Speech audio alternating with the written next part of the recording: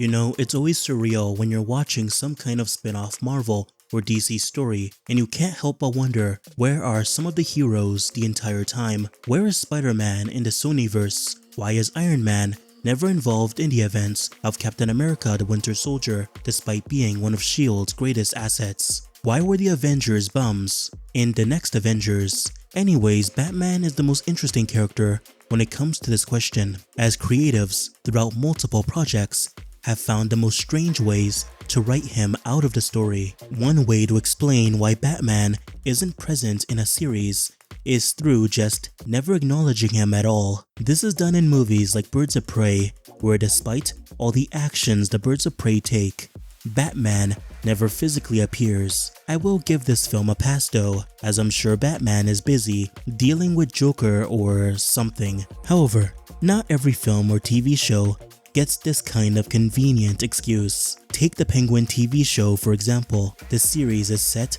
very shortly after the end of the Batman, with the Penguin attempting to seize some kind of power within the city. However, throughout the series, the Penguin and Sophia Falcone engage in a series of big power moves that ripple throughout Gotham, such as causing a breakout of Maroni from Blackgate, a major rise in mob warfare, mob killings, and the spreading of a new party drug called Bliss. Now, you'd expect that with all these moves being made, Batman would intervene in some way, but no, there's not even a slight mention of his presence or existence throughout the entire show, which frankly I think is the most stupid and ridiculous creative choice throughout the whole series. I mean, Batman is already aware that criminals will be making a grab for power, so it is baffling that he doesn't seem to get involved even once, especially when Sophia literally slimed her entire family. So what has Batman been doing this whole time? Well, if we were to take a piece of viral marketing seriously, then Batman has gone missing for the past couple of days, meaning that he literally has done jack to help anyone.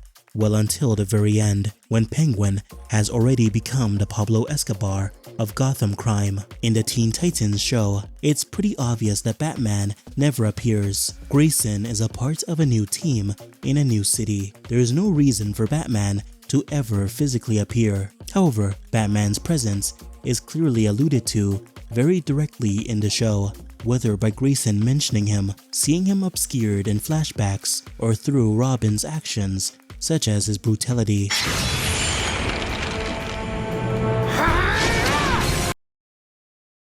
I'd like to imagine that in this world, Robin was a bit too brutal when he was with Batman. Batman getting frustrated by Robin almost killing folk every night sends him away so he can brutalize a different town. Based on tie-in comics for Teen Titans, it seems Batman does keep a close eye on Robin from time to time.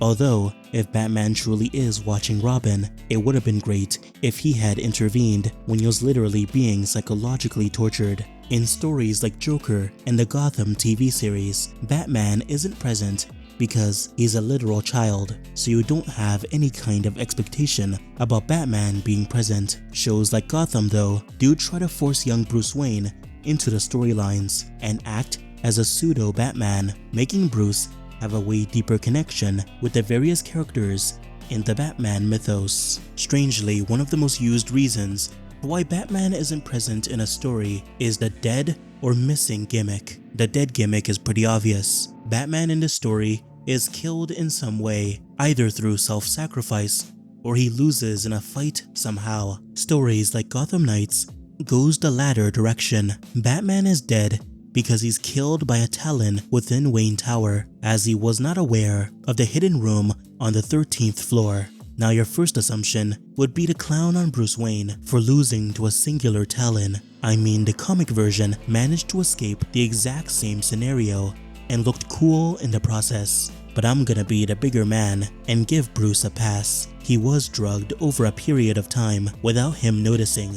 So, the GOAT still has it, even if he was murdered in the end. The worst way to explain Batman's absence in a story is through the disappearance gimmick. The premise is pretty straightforward. For whatever reason, Batman chooses to leave Gotham without telling anybody why he left. He just up and disappears without anyone knowing what happened to him. This is by far the worst way to write Batman out of a story.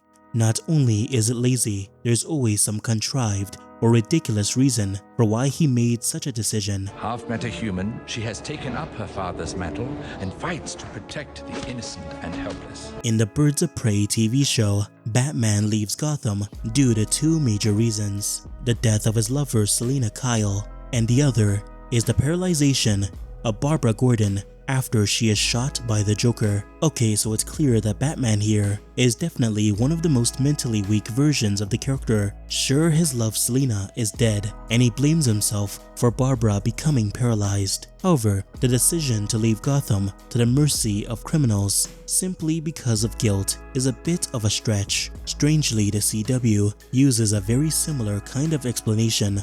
The reason why Batman is not present is because he disappeared. That's it. He just up and left again.